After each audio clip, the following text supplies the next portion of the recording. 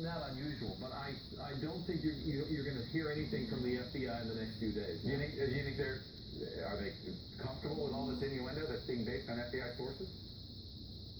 Well, they don't like it, certainly, but they don't believe that the answer is to come out and say anything. I think many of them felt they said enough last Friday. Yeah, I guess. All right, Pete Williams, in our Washington newsroom. Pete, thank you very much. We'll have more MCP Daily ahead. Here's Andrew Pearson with the CNBC Market Wrap.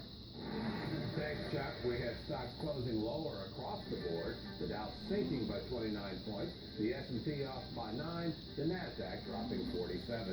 Shares of Starbucks are higher after hours. The company reported revenue and earnings that beat estimates. Same-store sales were up by 4%. And filings for first-time jobless claims rose to a near 3-month high last week.